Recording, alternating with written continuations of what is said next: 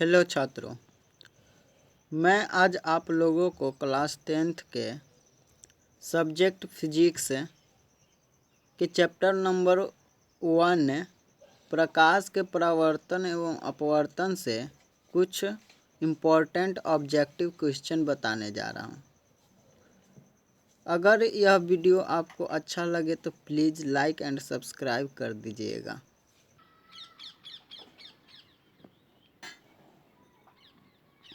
मैं आप लोगों को 23 ऑब्जेक्टिव क्वेश्चन बताएंगे जो एग्ज़ाम व्यूज से बहुत ही इम्पोर्टेंट क्वेश्चन है, इसे याद रखिएगा।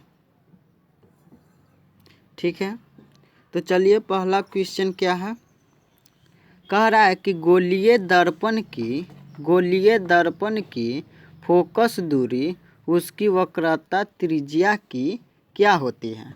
तो ऑप्शन में दिया हुआ है आधी होती है या दुगनी होती है या तिगुनी होती है या चौथाई होती है। तो हम जानते हैं कि गोलीय दर्पण की फोकस दूरी उसकी वक्रता त्रिज्या की आधी होती है। ठीक है छात्रों, तो गोलीय दर्पण की फोकस दूरी उसकी वक्रता त्रिज्या की क्या होती है, आधी होती है। ठीक है, अब दूसरा क्वेश्चन है कि सोलर कुकर में व्यवहार किया जाता है। सोलर कुकर में व्यवहार किया जाता है मतलब क्या किया जाता है सोलर कुकर में व्यवहार। तो अवतल दर्पण का व्यवहार किया जाता है या उत्तल दर्पण का व्यवहार किया जाता है या समतल दर्पण का या परवलयिक दर्पण का किया जाता है।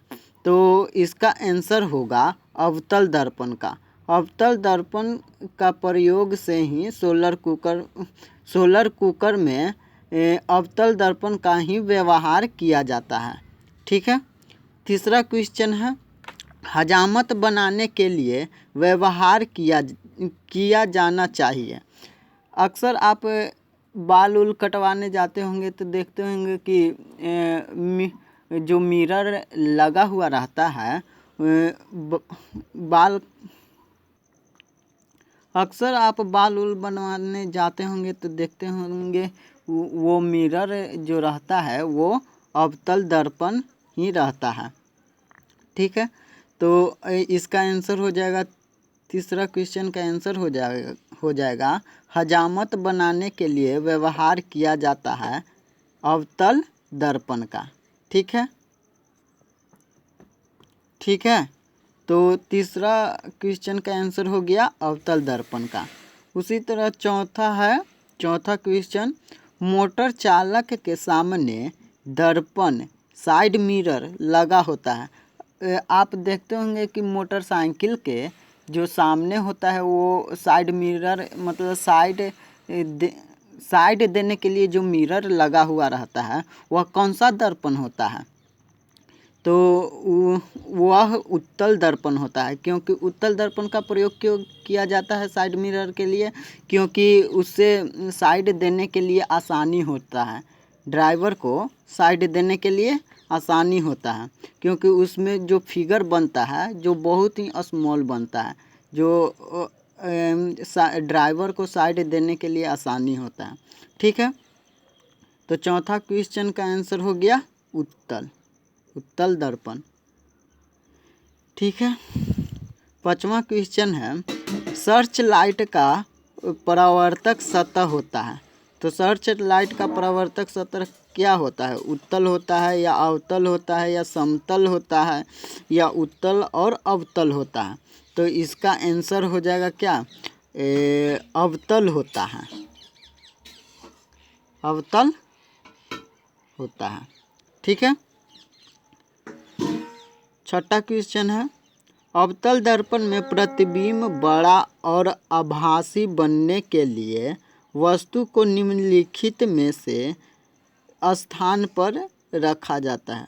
अवतल दर्पण में प्रतिबिंब बड़ा और आभासी बनने के लिए वस्तु को निम्नलिखित में से किस स्थान पर रखा जाता है। ठीक है, तो इसका आंसर हो जाएगा फोकस के अंदर। फोकस के अंदर रखने पर, अवतल दर्पण के फोकस के अंदर रखने पर वह प्रतिबिंब बड़ा और आभासी बनता है। तो इसका आंसर हो जाएगा छठा के क्या, फोकस के अंदर, फोकस के अंदर। ठीक है। सातवां क्वेश्चन है, दाढ़ी बनाने के लिए उपर्युक्त गोलीय दर्पण में सीधा प्रतिबिंब प्राप्त करने के लिए चेहरे को रखना चाहिए। यानी दाढ़ी बनाने के लिए उपर्युक्त गोलीय दर्पण में सीधा प्रतिबिंब प्राप्त करने के लिए चेहरे को रखना चाहिए कहाँ पर, दर्पण के मुख्य फोकस और ध्रुव के बीच रखा जाना चाहिए।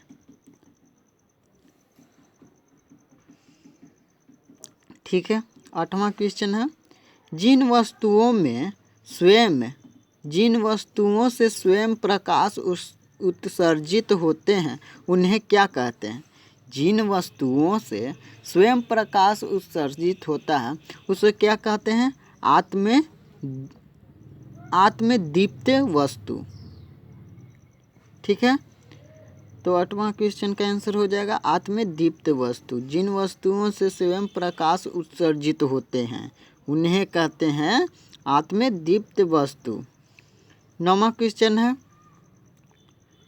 प्रकाश की किरणें गमन करती है। प्रकाश की किरणें किस तरह से गमन करती है, सीधी रेखा में गमन करती है या टेढ़ी रेखा में गमन करती है या किसी भी दिशा में गमन करती है या ये उपयुक्त सभी तरह के दिशा में गमन करती है।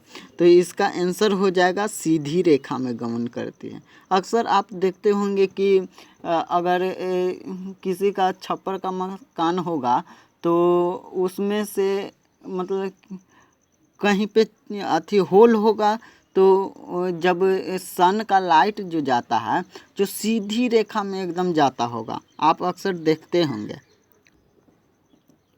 10वां क्वेश्चन है, समतल में क्या आपतन कोण परावर्तन कोण के बराबर नहीं होता है, या आपतन कोण परावर्तन कोण के बराबर होता है, या आपतन कोण परावर्तन कोण से बड़ा होता है, या आपतन कोण परावर्तन कोण से छोटा होता है। तो 10वां क्वेश्चन का आंसर हमको हो जाएगा कि आपतन कोण परावर्तन कोण के बराबर होता है। ये आप पढ़े होंगे। ठीक है। तो इसका आंसर हो जाएगा 10वां का, समतल दर्पण में आपतन कोण परावर्तन कोण के बराबर होता है। ठीक है। 11वां क्वेश्चन है, प्रकाश तरंग उदाहरण है। प्रकाश तरंग किस तरंग का उदाहरण है, ध्वनि तरंग का, या विद्युत चुंबकीय तरंग का, या पराबैंगनी तरंग का, या पराश्रव्य तरंग का। तो इसका आंसर हो जाएगा 11वां का, प्रकाश तरंग उदाहरण है विद्युत चुंबकीय तरंग का। ठीक है। 11वां का हो जाएगा प्रकाश तरंग उदाहरण है विद्युत चुंबकीय तरंग का। ठीक है। अब 12वां क्वेश्चन है कि प्रकाश के परावर्तन का नियम सत्य है। प्रकाश के परावर्तन का नियम क्या है। ठीक है। तो आप जानते होंगे कि प्रकाश का परावर्तन का नियम सत्य है इन सभी में से। तो इन सभी में से किसका सत्य, कौन सा ऑप्शन सत्य है ये हम देखेंगे। केवल समतल दर्पण के लिए, केवल अवतल दर्पण के लिए, केवल उत्तल दर्पण के लिए, या सभी परावर्तक सतह के लिए। तो इसका आंसर हो जाएगा सभी परावर्तक सतह के लिए। ठीक है। अब 13वां क्वेश्चन है, आपतित किरण और अभिलंब के बीच के कोण को क्या कहते हैं। आपतित किरण और अभिलंब के बीच के कोण को क्या कहते हैं। यानी आने वाली किरण और अभिलंब के बीच के कोण को क्या कहते हैं। इसका आंसर हो जाएगा आपतन कोण कहते हैं। देखिए जैसे कि ये आने वाली ये किरण हो गया। ठीक है। ये जो है अभिलंब है। तो अभिलंब के बीच जो कोण बनेगा इसी कोण को हम कहते हैं आपतन कोण। आपतन कोण, ठीक है। तो 14वां क्वेश्चन है, परावर्तन के नियम से, परावर्तन के नियम से मतलब परावर्तन के नियम से कौन सा ये सब में से कौन सा ऑप्शन सही है।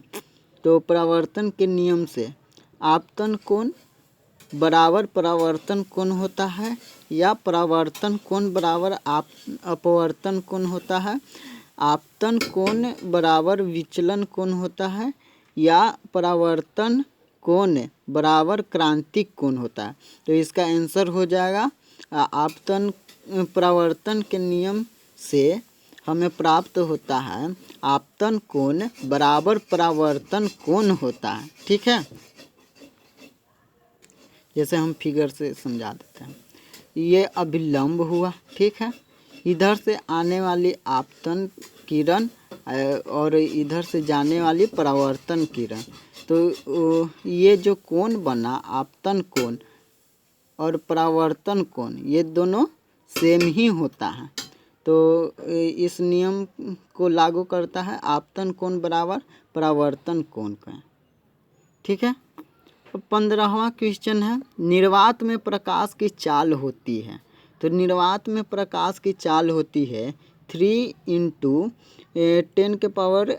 10⁸ मीटर पर सेकेंड होता है, ठीक है। तो इसका आंसर हो जाएगा 3 × 10⁸ मीटर पर सेकेंड। 16वां है, समतल दर्पण द्वारा प्रतिबिंब हमेशा, समतल दर्पण द्वारा प्रतिबिंब हमेशा क्या बनता है, वास्तविक होता है या काल्पनिक होता है, या कभी वास्तविक तो कभी काल्पनिक होता है, या अंधा हुआ होता है। तो इसका आंसर हो जाएगा काल्पनिक होता है, ठीक है।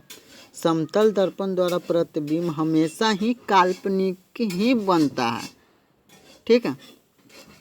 17वां क्वेश्चन है, काल्पनिक प्रतिबिंब हमेशा, काल्पनिक प्रतिबिंब हमेशा सीधा होता है, काल्पनिक प्रतिबिंब हमेशा सीधा होता है। 18वां है, किसी वस्तु का आवर्धित काल्पनिक प्रतिबिंब बनता है, किसी वस्तु का आवर्धित काल्पनिक प्रतिबिंब